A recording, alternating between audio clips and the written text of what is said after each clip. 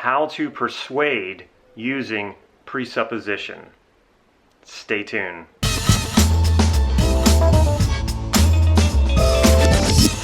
Hey, this is Damon Cart from NLP Gem.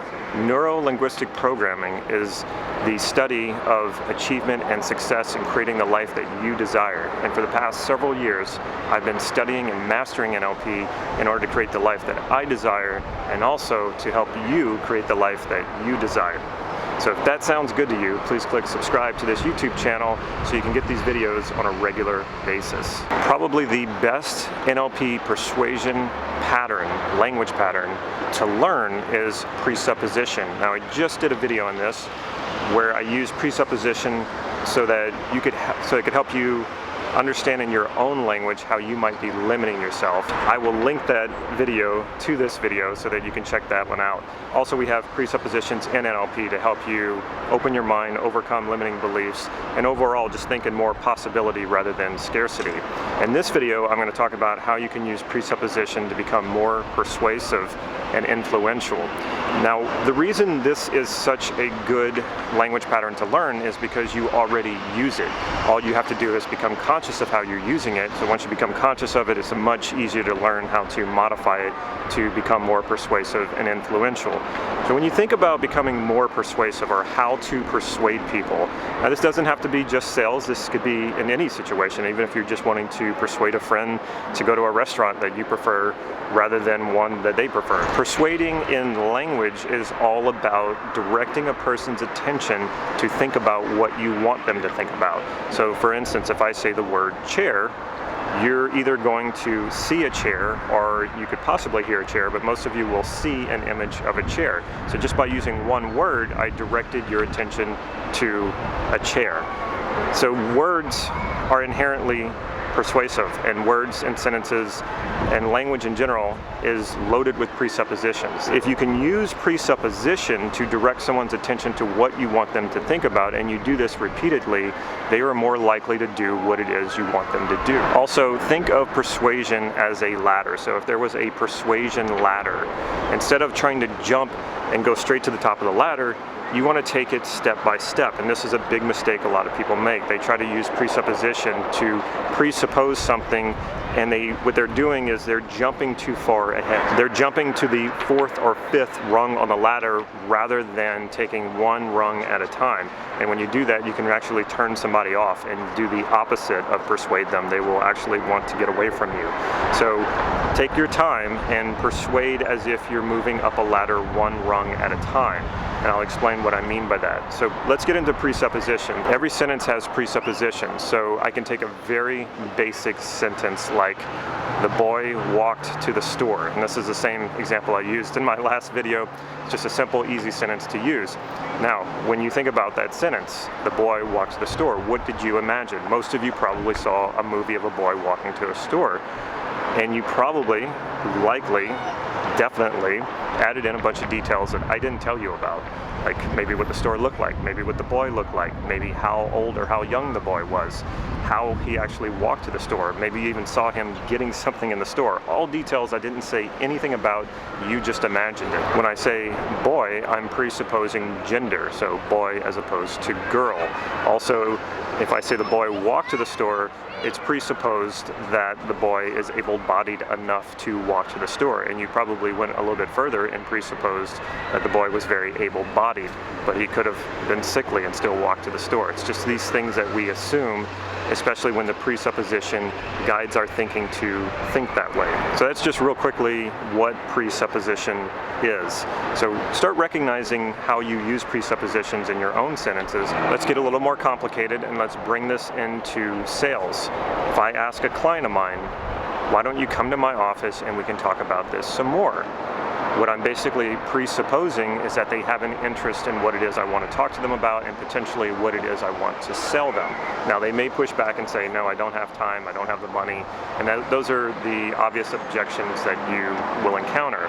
Now, I can use presuppositions repeatedly to presuppose slowly, remember moving up the ladder, that they do want to come in and that there is a way to get around the time issue. So I could say something like, well, that's not a problem. I see clients before regular business hours and I see clients after regular business hours. So which day would work best for you?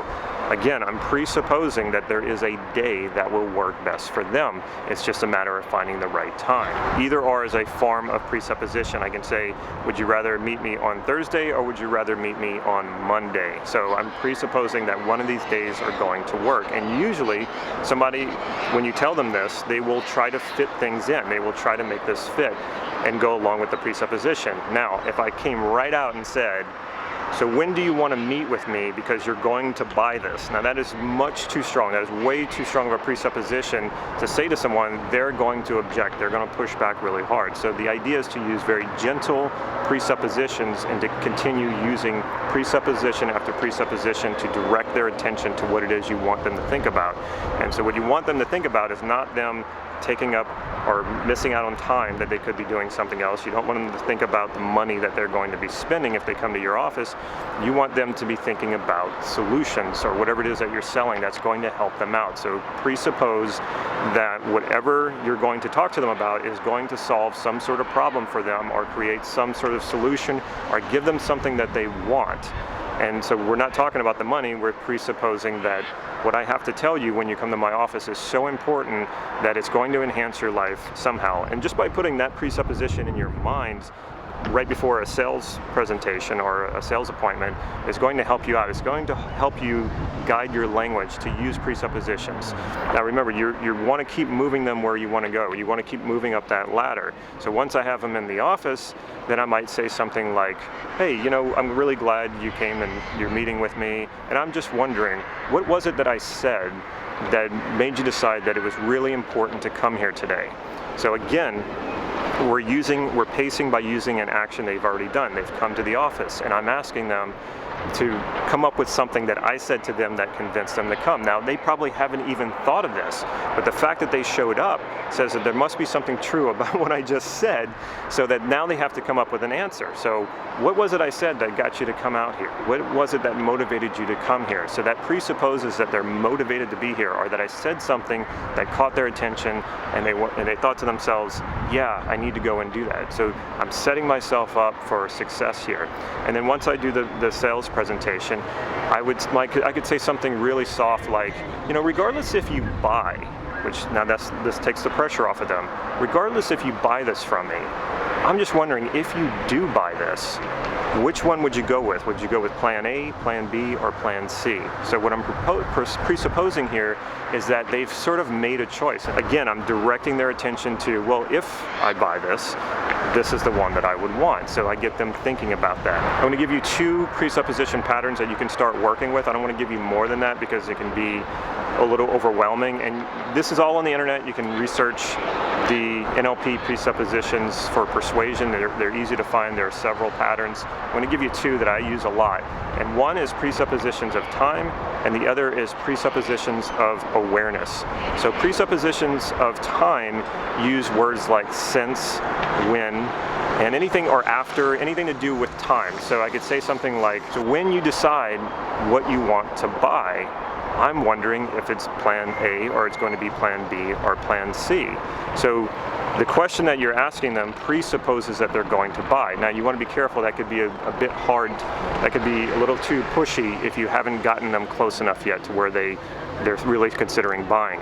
You could say one of these at the beginning of a sales meeting. You could say, after this meeting's over, I'm wondering what you're going to find most valuable about what we talk about here today.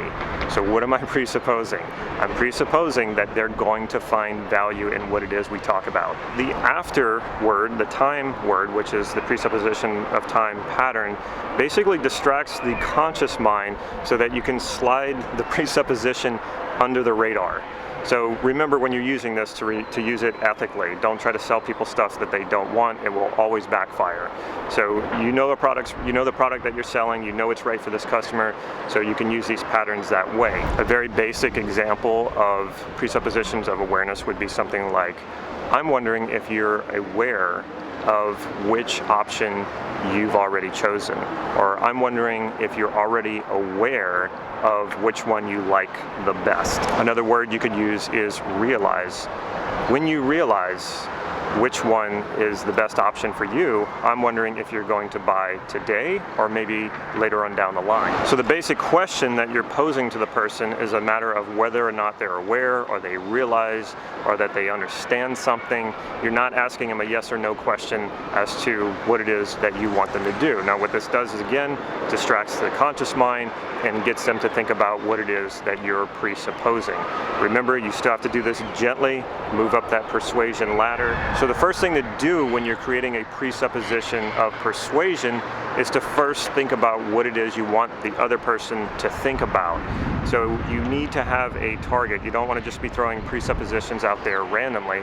They can be fun to do that, but you might end up confusing the person you're talking to. So first think about what you want the person to think about.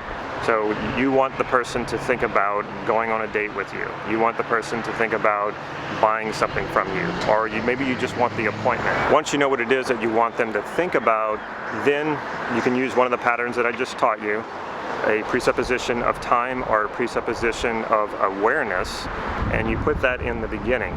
Since we're already talking, I'm wondering what it would be like to go for coffee and continue the conversation. Here I'm using a presupposition of time, and I'm using the word since to distract the conscious mind so that I can put the idea of continuing the conversation over coffee into the other person's minds, so they have to think about it.